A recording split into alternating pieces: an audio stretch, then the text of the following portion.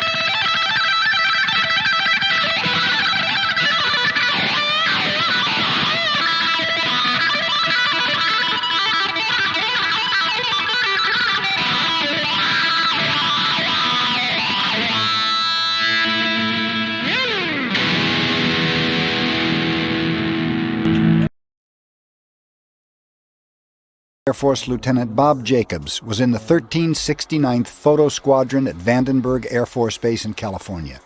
He was in charge of photo-optical instrumentation at a tracking site in Big Sur, 124 miles away. His mission was to film an Atlas rocket go through all 3 stages of powered flight. This particular mission was part of the Nike Zeus objective for the development of an anti-missile missile during the height of the Cold War. All cameras rolled as they heard liftoff from Vandenberg over their radio. 5, 4, 3, 2,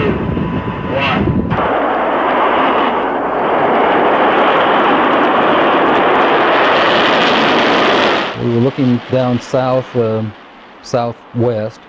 and the missile popped up through the fog. It was just beautiful. And our guys on our M45 tracking mount with 180-inch lenses on it got it. And sure enough, we could see all 3 stages of powered flight as they burned out and dropped away. And then, of course, to our naked eye, all we saw was a smoke trail going off into subspace. So we whooped and shouted and heard the film wrap off in the BU telescope and figured, well, that was our first big deal, and we got it. Lieutenant Jacobs then took the cans of film down to Vandenberg to have them developed that night.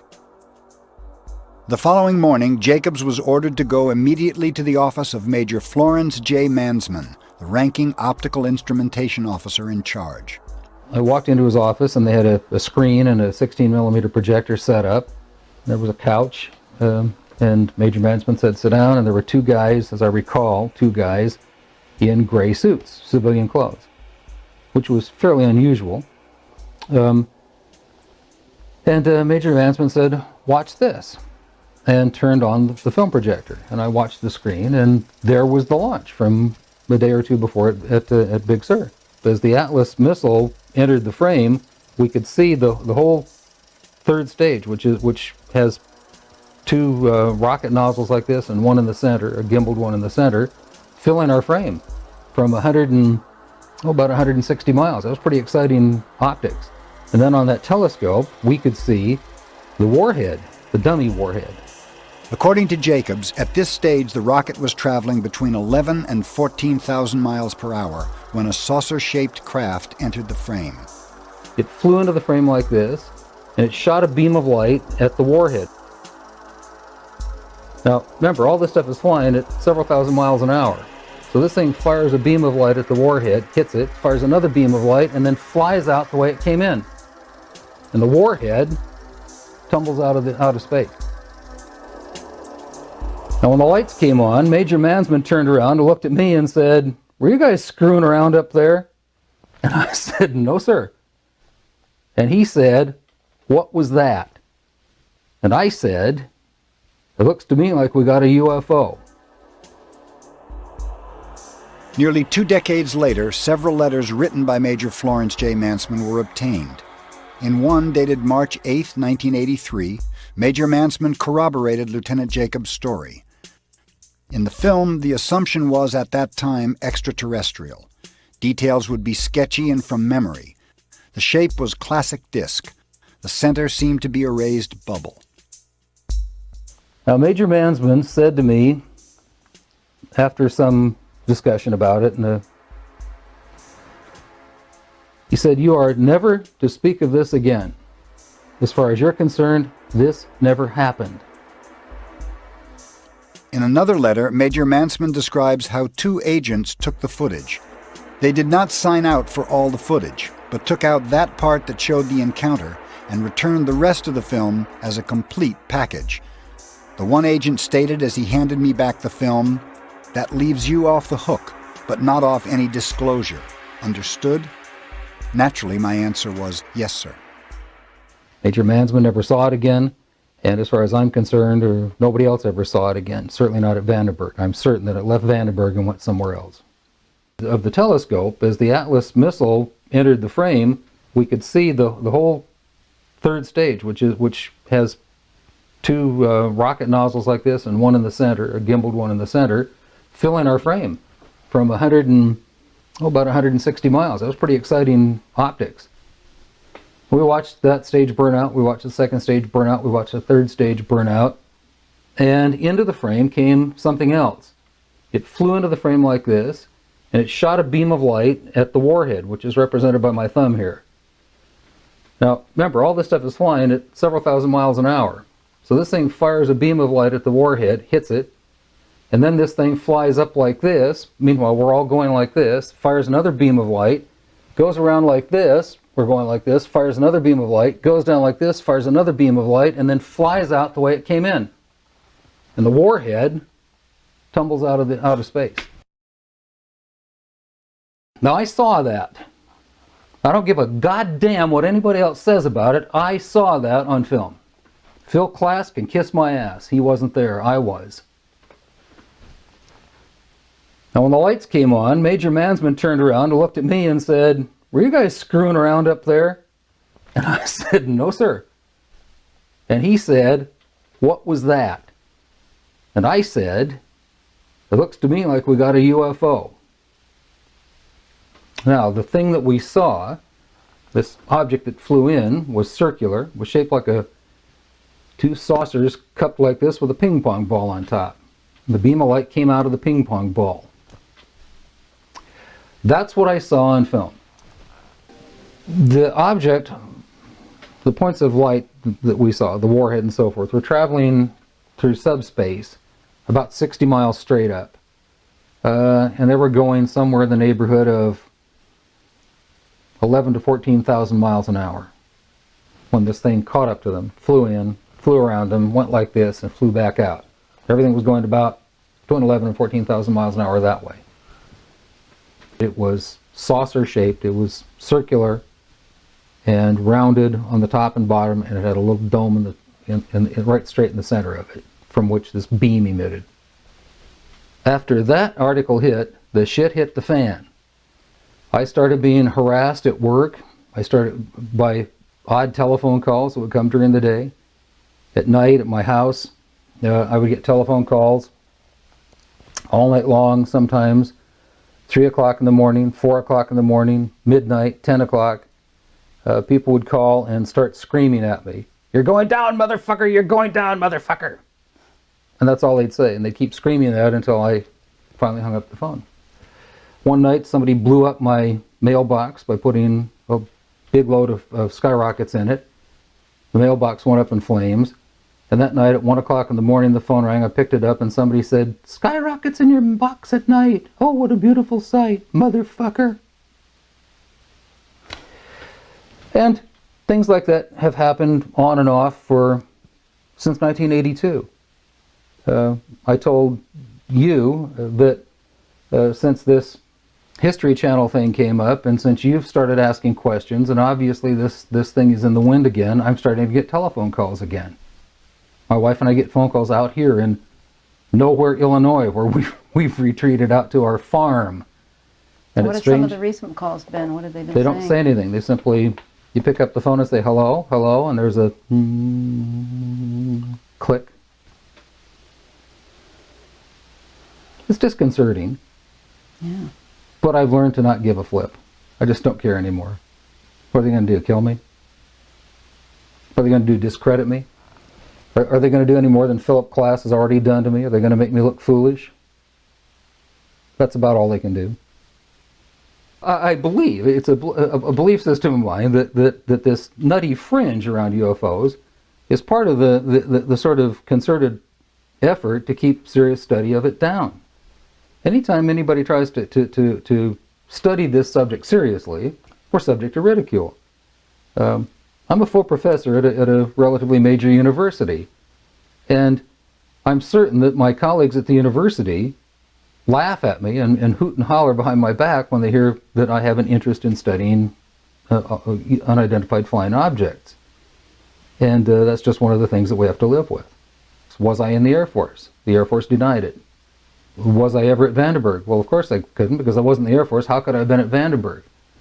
Did I put a tracking site at Big Sur, California? No, there was no tracking site at Big Sur, California, which is a crock. The tracking site at Big Sur, California is still there right where I put it, and they use it to show you every time the space shuttle lands in California, that's where you first see it from. And they're still photographing missiles from Vandenburg from that tracking site. At any rate, To corroborate my story, Lee Graham tracked down Florence J. Mansman Jr., the same major who had ordered me to shut up about it. He was now a PhD from Stanford in nuclear physics, I think. I'm not sure what his background was, but it was a PhD from Stanford, and a rancher in Fresno, California. And he wrote to Lee back saying, everything Bob said in his story is absolutely true. He corroborated my story. And he continued to do that year after year. Every time somebody brought it up, every time somebody would contact him, he corroborated my story by saying, yes, that's exactly what happened. It takes a lot of guts to do that. I became a fan of Sonny's. He's now deceased. He was my hero for a while. I wasn't in the room at the time, but what happened to the film is an interesting story in itself, as Major Mansman told me and other people. Sometime after I had gone, the guys in civilian clothes, and he said there were 3 of them. I remembered 2. He said there were 3 people from this agency, and I thought it was the CIA. He said no, it wasn't the CIA, it was somebody else, and I never did find out who it was. He said what happened is this. They took the film and they spooled off the part that had the UFO on it, and they took a pair of scissors and cut it off. They put that on a separate reel, they put it in their briefcase, they handed Major Mansman back the rest of the film and said, here, I don't need to remind you, Major Mansman, of the severity of a security breach. We'll consider this incident closed. And they walked off with the film. Major Mansman never saw it again, and as far as I'm concerned, or nobody else ever saw it again, certainly not at Vandenberg. I'm certain that it left Vandenberg and went somewhere else. Major Mansman, who was a very good reader of film, said that the feeling at the time was that it must have been extraterrestrial. That they assumed that the beam of light that struck the warhead, the dummy warhead, was some sort of plasma beam, because it looked like a plasma beam.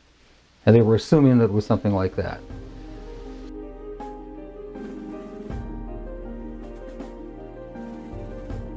Major Florence J. Mansman was a man of great honor and great scientific standing in the community. For him to corroborate it is good enough for me. Even if I didn't believe myself, I would believe Major Mansman. Now there were 2 of us who were Air Force officers at the time, and we saw something, and we have both corroborated with each other that we saw that's what we recall from the incident. And what I have to ask skeptics, or people who disbelieve what I'm saying, is why would I make this up? Why would Major Florence J. Mansman, Dr. Major Florence J. Mansman, why would he make it up? What have we to gain? I've made no money from this. I've got nothing but pain and suffering out of talking about it. I've been harassed at my home. This was used against me partially in losing a job once in teaching. I've had a hell of a time after I've told this story, but I continue to tell the story because I think it's important for people to understand that this sort of shit goes on in the government. That the government covers up information that we are entitled to know about as citizens of this country. That's why I tell my story. That's why I'm telling it to you. And I'll continue to tell it as long as I'm alive. And I'll always tell it the same way because it only happened one way. I never vary the story because I can't. It's the truth. And I've been the subject of humiliating letters and phone calls from skeptics like James Oberg at NASA, and Philip J. Klass is an idiot, a paid informant of the United States government, who persist in belittling me, and that's fine if they want to belittle me, but don't belittle Sonny Mansman. The things that were denied specifically, first of all, was that I was ever in the Air Force. They had no record of me. I was at Vandenberg. No, they had no record of that. Once we found, oh, he was at Vandenberg. Well, he was never at Big Sur because we don't have a tracking site at Big Sur. Well, we proved that. That's the nature of bureaucratic idiocy. The Air Force's position right now is there was no such incident and there was no film of it. The thing that's important to me about this whole operation is very simply, the biggest event in the history of humankind is the discovery that we are not alone. That there are other living entities intelligent entities in this universe or other universes, and that we aren't here alone. That's a huge, enormous discovery. It's the discovery of the lifetime of humankind, isn't it? To find out that we're not here alone. That's why I think it's important to talk about these things. I think that's exciting.